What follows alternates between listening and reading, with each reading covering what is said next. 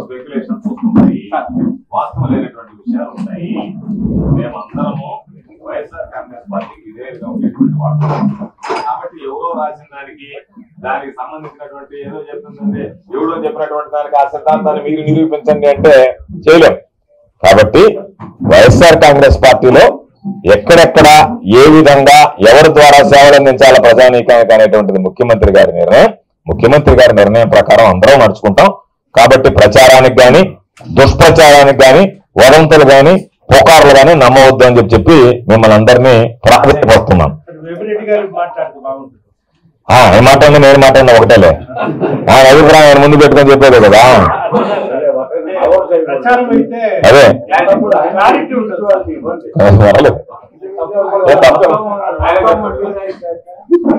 ఇప్పుడు ఇవన్నీ చూస్తుంటే నాకే ఆశ్చర్యం ఉంది. రోజు ఇది ఇని చూసి ఫోన్లు సమాధానం చెప్పలేక అసలు నేను దాని గురించి పట్టించుకోదలుచుకోను. నేను ఎంపీగా పోటీ చేస్తున్నా నెల్లూరు జిల్లా.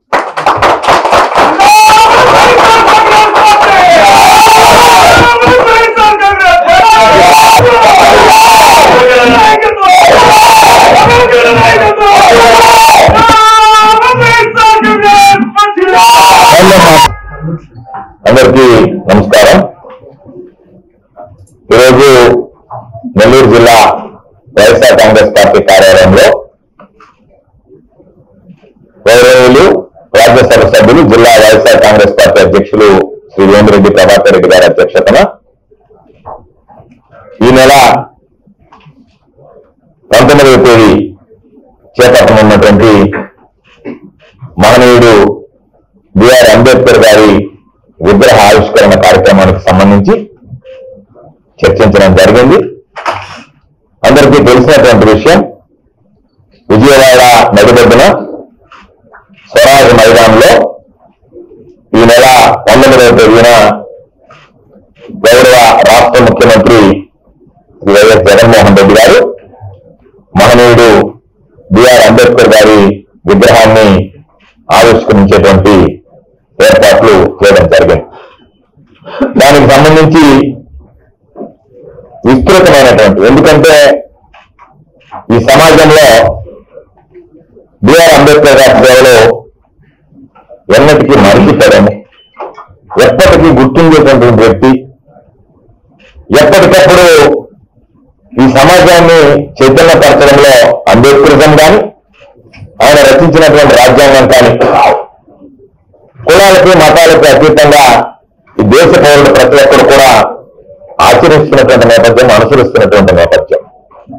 కాబట్టి అటువంటి మహనీయుడికి సముచితమైనటువంటి స్థానం ఈ సమాజంలో ఇవ్వాలి అన్నటువంటి ఆలోచన చేసి జగన్మోహన్ రెడ్డి గారు విజయవాడ నడిబొడ్డున స్వరాజ్ మైదానంలో ఆ విగ్రహానికి సంబంధించి ఏర్పాటుకి స్థలాన్ని కేటాయించి దానిని ఒక టూరిస్ట్ స్పాట్ గా విహారయాత్ర పేరున రావాలన్నా సరే కేంద్ర బిందువుగా ఈరోజు ఆ ప్రాంతాన్ని తయారు చేయడం జరిగింది. అందుకనే జనవరి 19వ తేదీ 125 అడుగుల మహనీయుడు బిఆర్ అంబేద్కర్ గారి విగ్రహాన్ని మనం ఆవిష్కరిస్తున్నాం. ఇది చారిత్రాత్మకమైనటువంటి నేపథ్యం. ఎందుకంటే తెలుగుదేశం పార్టీగా చంద్రబాబు నాయుడు గారు మేము అసెంబ్లీలో ప్రతిపక్షంలో శాసనసభ్యులుగా ఉన్నప్పుడు ఒక గంట ఉపన్యాసం ఇచ్చారు. అసలు ఆయనే పాపం అంబేద్కర్ గారి ఆశయాల్ని ఈ సమాజం మొత్తం ఈ ప్రపంచానికంతా చాటి చెప్తున్నట్టుగా మాట్లాడి 125 అడుగుల విగ్రహం పెడతామని చెప్పి అసెంబ్లీ సాక్షిగా అడుగు ప్రకటించి ఆ తర్వాత అంబేద్కర్ గారి గురించి పట్టించుకున్నటువంటి పాపన పోలేదు. మనందరికీ తెలిసినటువంటి విషయమే. ఎప్పుడూ చంద్రబాబు నాయుడు అనేటువంటి వ్యక్తికి దళితులు అంటేనే ఒక ఏకభావం, అసహ్యం ఉంటుంది. కాబట్టి అనేక సందర్భాలలో దళితులుగా ఎవరు పుట్టాలని కోరుకుంటారు అని చెప్పి బాహాటంగా మాట్లాడినటువంటి వ్యక్తి. కాబట్టి ఈరోజు మనం మహనీయుడు బిఆర్ అంబేద్కర్ గారికి ఈ సమాజంలో సముచితమైనటువంటి స్థానం ఇవ్వాలి. శాశ్వతంగా ఈరోజు మనం విజయవాడకి వెళ్ళగానే సింబల్ ఆఫ్ జస్టిస్ కింద ఎటుకు తిరిగి తీసినా సరే ఆ విగ్రహం ఈరోజు కళ్ళకి కట్టినట్టుగా కనిపించేటువంటి విధంగా బ్రహ్మాండంగా కళగా ఈరోజు ఆ విగ్రహాన్ని ఏర్పాటు చేయడం జరిగింది. విగ్రహావిష్కరణకు ముందే ఆ దారిని వెళ్ళేటువంటి ప్రతి ఒక్కరిని కూడా ఈరోజు బిఆర్ అంబేద్కర్ గారి విగ్రహం ఆకర్షించేటువంటి విధంగా దాన్ని తీర్చిదిద్దినటువంటి ఘనత ఈ రాష్ట్ర ముఖ్యమంత్రి జగన్మోహన్ రెడ్డి గారికి అని చెప్పి ఈ సందర్భంగా తెలియజేస్తున్నాం. దానికి సంబంధించి ఏదైతే 19వ తేదీ విగ్రహావిష్కరణ జరుగుతుందో ఈరోజు దానికి సంబంధించినటువంటి సన్నాహక సమావేశం ఈరోజు జిల్లా అధ్యక్షుడు అయినటువంటి ప్రభాకర్ రెడ్డి గారి ఆధ్వర్యంలో జరిగింది. మేమందరం కూడా గౌరవ శాసనసభ్యులు అందరం ఉన్నటువంటి అనుబంధ సంఘాల అధ్యక్షులు ప్రధానమైనటువంటి వివిధ హోదాల్లో ఉన్నటువంటి స్థానిక సంస్థలకు చెందినటువంటి ప్రజాప్రతినిధులు అందరం కూడా పాల్గొన్నాం. దీనికి సంబంధించి కూడా ఏ విధంగా ముందుకు వెళ్ళాలనేటువంటి దాని మీద కూడా ఈరోజు ఒక నిర్ణయం తీసుకోవడం జరిగింది. ఇదే విధంగా అందరికీ కూడా రాలేకపోయినటువంటి వాళ్ళకు కూడా దీనికి సంబంధించినటువంటి సమాచారం కూడా పంపిస్తాం. ప్రాథమికంగా జనవరి 8, 9 2 రోజుల పాటు పార్టీ శ్రేణులు మొత్తం వైఎస్ఆర్ కాంగ్రెస్ పార్టీ శ్రేణులు అంతా నియోజకవర్గ స్థాయిలో మండల స్థాయిలో ఉన్నటువంటి అందరు ఎస్సీ నాయకులు ఈరోజు ఎవరైతే అంబేద్కరిజం పట్ల మహనీయుడు అంబేద్కర్ గారి పట్ల ఆకర్షితులు వస్తున్నటువంటి ప్రజలు కావచ్చు, ఈ సమాజంలో ఎవరెవరు ఉంటారో ఎస్సీ కావచ్చు, ఎస్టీ కావచ్చు, బీసీ కావచ్చు, ఓసీ కావచ్చు, మైనారిటీ కావచ్చు, వీళ్ళకి సంబంధించినటువంటి మేధావులు అందరూ కూడా ఈరోజు ప్రజలను చైతన్యపరచడానికి ఈరోజు మొక్కుబడిగా అంబేద్కర్ గారి వర్ధంతి జయంతి చేసుకుని వదిలేసేటువంటి విధంగా కాకుండా మహనీయుడు అంబేద్కర్ గారు అనేటువంటి వ్యక్తి ఈ సమాజంలో ఎటువంటి జరగని ముద్ర వేశాడు అనేటువంటిది విస్తృతంగా ప్రజల్లోకి తీసుకువెళ్లాలనేటువంటి నిర్ణయంతో ఈరోజు 8వ తేదీ 9వ తేదీ ఈరోజు మొత్తం గ్రామ స్థాయి నుంచి మండల స్థాయి నుంచి నియోజకవర్గ స్థాయి నుంచి డివిజనల్ స్థాయి నుంచి జిల్లా స్థాయి వరకు స్థానిక సంస్థలకు సంబంధించినటువంటి ప్రజాప్రతినిధులు, పార్టీ నాయకులు, కార్యకర్తలు అనేక రకాలైనటువంటి కార్యక్రమాల్ని నిర్వహించడం జరుగుతుంది. అదేవిధంగా ఆ ప్రోగ్రాములు కొనసాగుతాయి. 8, 9 ఏదైతే పార్టీ నాయకులు ప్రారంభిస్తారో ఆ కార్యక్రమాలు మొత్తం కొనసాగుతాయి. ఆ తర్వాత ప్రభుత్వ బాధ్యత కూడా ఉండాలి. రాజ్యాంగాన్ని రచించినటువంటి బిఆర్ అంబేద్కర్ గారికి అన్ని వర్గాల నుంచి, అన్ని శ్రేణుల నుంచి, అన్ని విధాలా కూడా అది చర్చ జరగాల్సినటువంటి అవసరం ఉంది. ఆయన సేవలను గుర్తించాల్సినటువంటి అవసరం ఉంది అనేటువంటి లక్ష్యంతో ఈరోజు 8వ తేదీ నుంచి వాళ్ళకి సంబంధించినటువంటి కార్యక్రమాలు ఈరోజు ప్రభుత్వ పరంగా కూడా ప్రారంభించడం జరుగుతుంది. దానిలో భాగంగా 8వ తేదీ ఎక్కడైతే అంబేద్కర్ గారి విగ్రహాలు ఉన్నాయో వాటన్నిటికీ పెయింటింగ్ వేయించడం, వాటన్నిటికీ పౌరమాలలు వేయడం, వాటితో పాటు బిఆర్ అంబేద్కర్ గారి ఫోటోస్ ప్రతి కార్యాలయంలో ఉన్నాయి. వాటికి మొత్తం శుభ్రం చేసి వాటికి కూడా పౌరమాలలు వేయడం, ఏదైతే ప్రియాంబుల్ ఉందో రాజ్యాంగం ముందు దాని ప్రతిజ్ఞ స్థానిక సంస్థలకు సంబంధించినటువంటి ప్రజాప్రతినిధులు, పౌరులు, అధికారులు అందరూ కూడా ఆ రోజు దాన్ని తీసుకోవడం, దానితో పాటు అనేక రకాలైనటువంటి కార్యక్రమాలు చేయడం జరిగింది. ఆ రోజు ఆ ప్రియాంబులు అన్ని అయిన తర్వాత కొన్ని పోటీలు నిర్వహించడం, వాటికి సంబంధించినటువంటి ఫోటో ఎగ్జిబిషన్ లాంటివి అటువంటివి నిర్వహించిన తర్వాత వాటికి ప్రైజులు ఇవ్వడం కూడా ఆ రోజు వరకు జరిగినటువంటి కార్యక్రమం.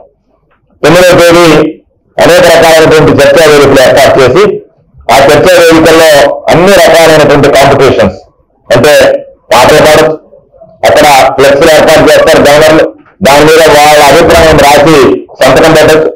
అదేవిధంగా జానపద గేయాలు వేసేవాళ్ళు, ఆయన గురించి పాటలు రాసి పాడగలిగేటువంటి వాళ్ళు, పాడేవాళ్ళు, ఏదన్నా పద్యాలు రాసి పాడగలిగేటువంటి వాళ్ళు, పెయింటింగ్స్, వీటికి సంబంధించి ఒక ప్రత్యేకమైనటువంటి కార్యక్రమాన్ని, ఒక సదస్సుని ఆ రోజు 9వ తేదీ ఏర్పాటు చేస్తున్నాం. ఇది ప్రభుత్వం కూడా భాగస్వాములు జిల్లా కలెక్టర్ గారి ఆధ్వర్యంలో ఈ జిల్లాలో ఉన్నటువంటి అధికారులు అందరి ఆధ్వర్యంలో ఈ కార్యక్రమాన్ని ఏర్పాటు చేయడం జరుగుతుంది. 10వ తేదీ అన్ని స్థాయిల్లో జిల్లా స్థాయిలో, డివిజనల్ స్థాయిలో రక్తదాన శిబిరాలు ఏర్పాటు చేసి అంబేద్కర్ గారి సేవలను గుర్తించుకుంటూ ఆ రోజు రక్తదానాన్ని అందించేటువంటి కార్యక్రమాన్ని ఏర్పాటు చేస్తారు. 11వ తేదీ జిల్లా స్థాయిలో ఫోటో ఎగ్జిబిషన్ ఏర్పాటు చేసి ఆయన ఈ సమాజానికి చేసినటువంటి సేవలు, ఆయన ఎదుర్కొన్నటువంటి అనేక సంఘటనలు, దాని ద్వారా ఈ సమాజం స్ఫూర్తిని ఏ విధంగా పొందింది అనేటువంటిది ఈరోజు వాటికి సంబంధించినటువంటి ఫోటోలన్నీ కూడా సేకరిస్తున్నారు. వాటికి సంబంధించి ఆ ఫోటోలు కూడా ఒక ఎగ్జిబిషన్ 11వ ఏర్పాటు చేస్తారు.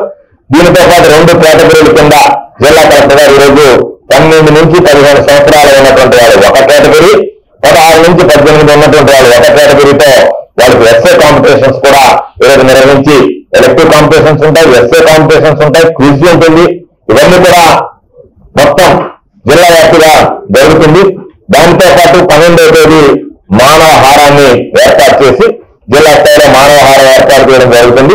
అదేవిధంగా 12వ తేదీ ఎక్కడైతే అంబేద్కర్ గారి విగ్రహాలు ఏ కోడల్లో అయితే మనం ఏర్పాటు చేసుకున్నామో ఆ కోడలు అన్ని దగ్గర కూడా మనం తోచినటువంటి విధంగా బిఆర్ అంబేద్కర్ గారి సేవలు, బిఆర్ అంబేద్కర్ గారి సమాజంలో నింపినటువంటి స్ఫూర్తి, ఇవన్నీ కూడా కొనియాడేటువంటి విధంగా వివిధ రకాలైనటువంటి విభిన్నమైనటువంటి కార్యక్రమాలు వాళ్ళ స్థాయిలో వాళ్ళు చేసుకున్నటువంటి విధంగా ఈరోజు ప్రభుత్వం కూడా ఆలోచన చేయాల్సిందిగా కోరడం జరిగింది. దీనన్నిటితో పాటు ప్రతి గ్రామ సచివాలయం నుంచి 5 మంది ఉత్సాహమైనటువంటి వాళ్ళు ఎవరైతే ఉంటారో వాళ్ళందరూ కూడా 19వ తేదీ ముఖ్యమంత్రి గారు ఏదైతే అంబేద్కర్ గారి విగ్రహాన్ని ఆవిష్కరిస్తున్నారో ఆ కార్యక్రమానికి తరలి వెళ్ళడానికి కూడా ఈరోజు అన్ని రకాలైనటువంటి ఏర్పాట్లు చేయడం జరిగింది. 19వ తేదీ జరిగేటువంటి ఈ చారిత్రాత్మకమైనటువంటి సంఘటనకు సంబంధించి రేపటి నుంచి 10 రోజుల పాటు అనేక రకాలైనటువంటి కార్యక్రమాలు నిర్వహించాలని చెప్పి ఈరోజు జిల్లాలో ఉన్నటువంటి వైఎస్ఆర్ కాంగ్రెస్ పార్టీ కమిటీ ఈరోజు నిర్ణయం తీసుకోవడం జరిగింది. దానితో పాటు 19వ తేదీ గౌరవ ముఖ్యమంత్రి జగన్మోహన్ రెడ్డి గారి చేతుల మీదుగా విగ్రహావిష్కరణ కార్యక్రమంతో దాదాపుగా కార్యక్రమం పూర్తవుతుంది. ఆ రోజు జిల్లాలో అదేవిధంగా గ్రామ సచివాలయ స్థాయి నుంచి కూడా విగ్రహావిష్కరణ, ముఖ్యమంత్రి గారు ఇచ్చేటువంటి సందేశం, దీనికి సంబంధించి ఎక్కడ లైవ్ స్ట్రీమింగ్ కూడా ఏర్పాటు చేయడం జరిగింది. ప్రతి దగ్గర కూడా ప్రతి ఒక్కరు కూడా ఈ కార్యక్రమాన్ని వెళ్ళినటువంటి వాళ్ళు కాకుండా వెళ్ళలేకపోయినటువంటి వాళ్ళు కూడా ప్రత్యక్షంగా వీక్షించేటువంటి అవకాశం ఈరోజు ముఖ్యమంత్రి గారు ప్రభుత్వం కల్పించడం జరిగిందని చెప్పి ఈ సందర్భంగా తెలియజేస్తూ, ఈరోజు అందరినీ ప్రజానీకాన్ని కోరుకునేది ఏ మహనీయుడు అయితే ఈరోజు మనం ప్రతినిత్యం ఆచరించదగినటువంటి రాజ్యాంగాన్ని రచించాడో, ఏ మహనీయుడైతే ఎన్నో ఒడిదుడుకులు ఎదుర్కొని ఎన్నో కష్ట నష్టాలను ఎదుర్కొని మేధావిగా అంతర్జాతీయ స్థాయిలో గుర్తింపు పొందాడో అటువంటి వ్యక్తి ఈరోజు భారతదేశంలో జన్మించడం మనందరి అదృష్టం వరం అని చెప్పి ఈ సందర్భంగా తెలియజేస్తూ, ఆ మహనీయునికి ముఖ్యమంత్రి జగన్మోహన్ రెడ్డి గారు ఈ రాష్ట్రంలో నడిబొడ్డున విజయవాడలో స్వరాజ్ మైదానంలో విగ్రహం ఏర్పాటు చేసి సముచితమైనటువంటి స్థానాన్ని కల్పిస్తున్నటువంటి నేపథ్యంలో ప్రజలందరూ కూడా ఏదైతే ఈ రోజు ముఖ్యమంత్రి గారు చేపడుతున్నటువంటి కార్యక్రమం ఉందో ఒక పండుగ వాతావరణంలో ఊరు వాడ ప్రతి ఒక్కరు కూడా అంబేద్కర్ గారి సేవలు గుర్తించేటువంటి విధంగా ఏర్పాటు చేసినటువంటి కార్యక్రమాల్లో ప్రజలందరూ భాగస్వాములు ఈ కార్యక్రమాన్ని జయప్రదం చేయాల్సిందిగా కోరుకుంటున్నారు.